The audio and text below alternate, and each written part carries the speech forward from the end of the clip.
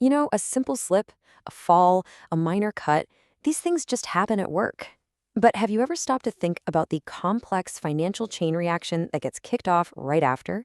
Well, in this explainer, we're going to pull back the curtain on workers' compensation and show you exactly how one single incident can have a huge impact on a company's bottom line. Look, every business out there is shooting for a perfect safety record, right? But the reality is, accidents are, well, pretty much inevitable. So the key isn't just about preventing them, it's about really understanding what to do and what's happening behind the scenes when they do occur. But what really drives the cost? It's not just the injury itself, it's the entire process that follows. And that process is what can make or break the financial impact on a company. Yeah, think of it like this. That doctor's bill, that's just the tip of the iceberg.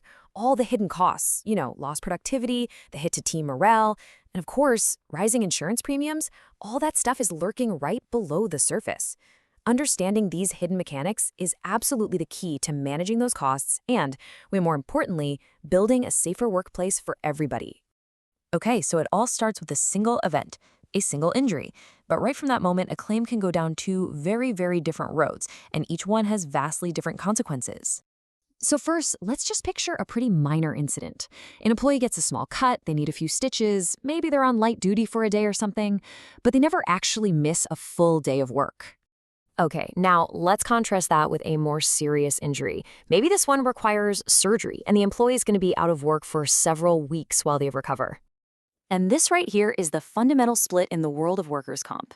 On the left, you have a medical-only claim. It's simple, just straightforward medical bills. But over on the right, things get way more complex and a whole lot more expensive. This is an indemnity claim, and it kicks in the second an employee starts losing work time. All of a sudden, you're not just covering medical bills, you're also paying for their lost wages. And that is what really drives up the cost and seriously impacts your future insurance premiums. So the goal for any business is pretty simple. Do everything you possibly can to keep a claim from turning into one of those expensive indemnity claims. And this is where being proactive is your absolute best friend. Things like having solid return to work programs and offering modified duty.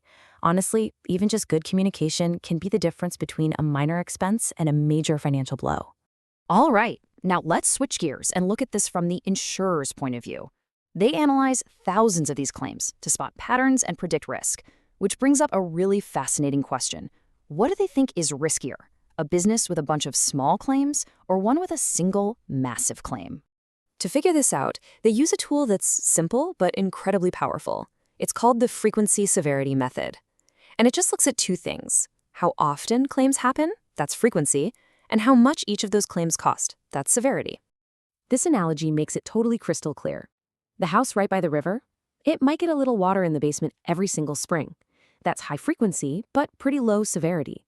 Now, the mansion up on the hill is safe 99.9% of the time, but if a freak mudslide ever hits it, well, that would be catastrophic. That's low frequency, but incredibly high severity. So what's really interesting is how this plays out in the real world. Let's say you have an employer who has 10 separate small claims. Each one costs $5,000 for a total of $50,000. And now compare that to another employer who has just one single large claim that costs the exact same amount, $50,000. So what do you think? Which situation does an insurer see as being riskier? Which one is more likely to lead to higher premiums down the road? The answer might actually surprise you. It's the employer with all the small claims. And why is that? Well, as the NCCI points out, a single large claim can just be seen as bad luck, a fluke. But a pattern of frequent claims, that suggests something is systemically wrong with the safety culture.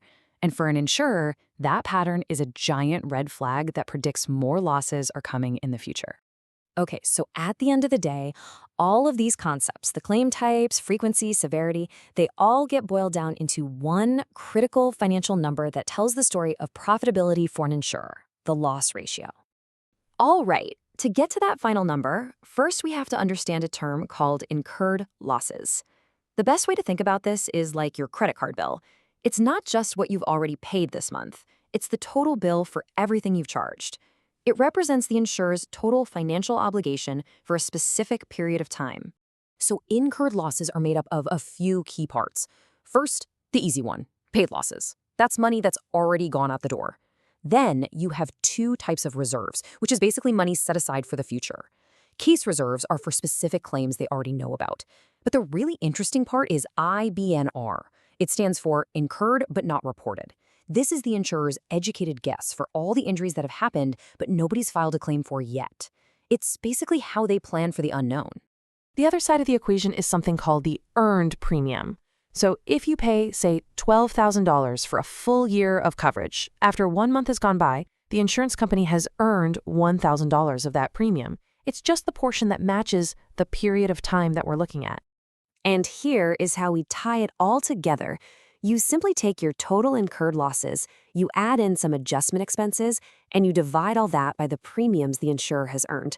The result is the loss ratio. And let me tell you, this is one of the most important numbers for an insurance company. It tells them point blank if they're making money or losing it.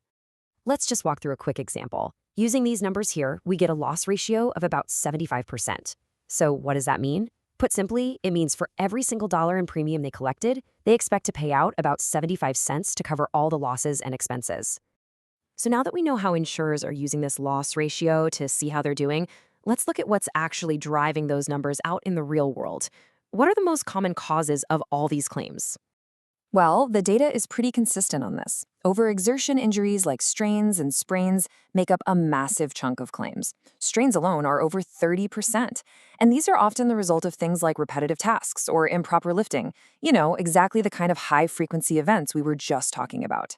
So, we'll end with this question for you. Because knowing how all these claims are measured, that's not just for the insurance companies. It's a roadmap for any business. By understanding how risk is actually calculated, you can stop guessing and start making targeted changes that won't just lower your costs, but most importantly, will create a much safer workplace for everyone.